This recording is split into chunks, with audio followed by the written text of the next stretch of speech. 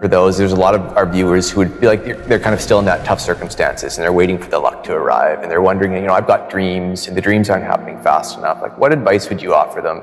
Don't be too hard on yourself and be patient. It's a kind of a mix that you have to go through, a bit of a dance. So on the one hand, you want to be serious about life. Life doesn't go on forever. Your youth will be over in 10, 12 years. You better believe it, it goes faster than you can imagine, right? You want to realize what your life's task is. You want to develop those skills that will make it so when you're in your 30s, things will come together as they fortunately did for me.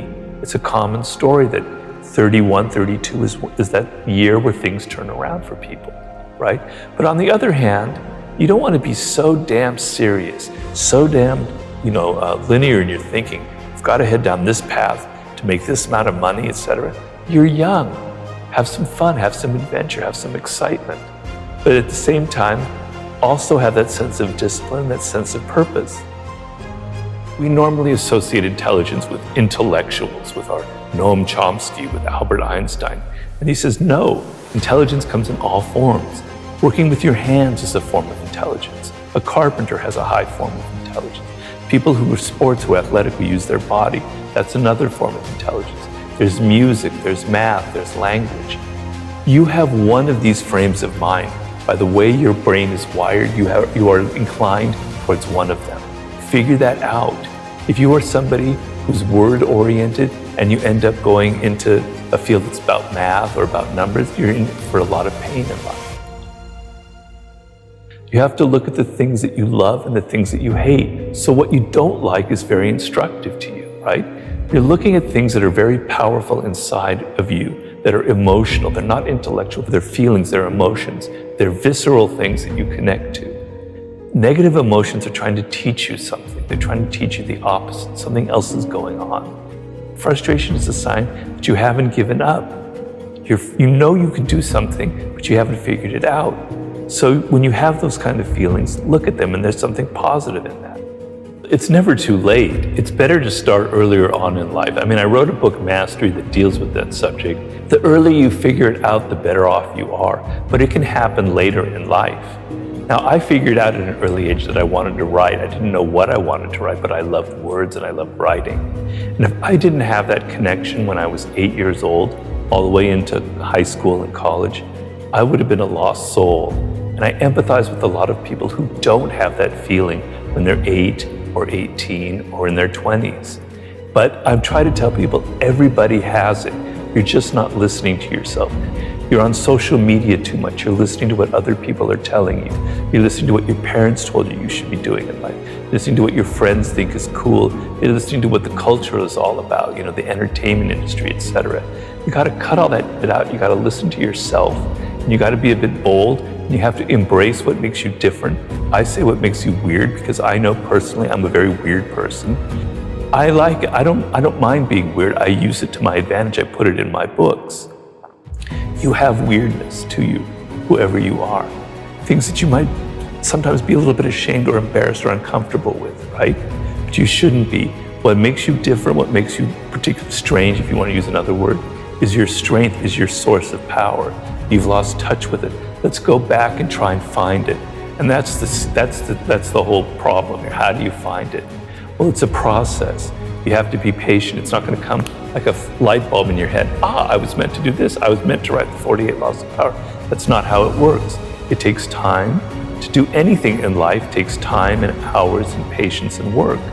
I recommend starting a journal and such and writing down some of the things that I think are important to you. So I like to tell people to go back to their earliest childhood memories of things that really excited them before they got mixed up with parents and teachers and all that, other people telling them stuff, Like for me, it was words and language. I just was entranced by the sound of language itself, right? It was like music to me. You had something like that. I know you do. And I am completely egalitarian. I believe everybody has that. When I wrote the book Mastery, which is what this book is about, to prove my point that everyone has it, I interviewed contemporary masters.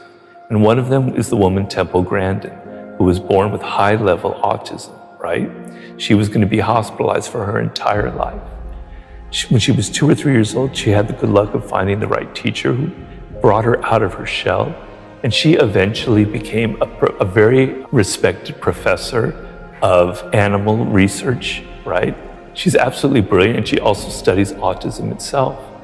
If somebody with that kind of disability, that kind of thing, everything stacked against her, if she can figure it out and reach mastery, then I certainly believe everybody has that potential. But I know it doesn't come easy. It's a process, and you have to be patient, but you have to put in the work. Now, the circumstances now, it's easy for me, a boomer, I have to admit that, to preach to you when you have gone through you've gone through a pandemic, what looks like to be a recession, and then if you're a millennial, you went through the crash in '08. It's easy for me to preach. You're dealing with really difficult circumstances. And there's what they call the Great Resignation now, is that it, right? So a lot of people are rethinking their lives. They don't want to work at crap jobs just to get by. And I applaud that 100%, right? That's great.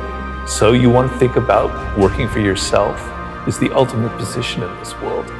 And even though times are difficult, even though it may seem like just a dream, there's so much potential out there for entrepreneurial spirit, for creating your own startup, for creating your own podcast, for going your own path in life. You don't have to follow other people. It's not like it was when I was growing up. There were things that were better back then. There are things that were a lot worse, right? You have so many more options. It's just that you're not going to reach them. You're not going to be happy in this short time that you have to be alive unless you take it seriously, unless you learn skills and develop and go through an apprenticeship in your 20s, etc.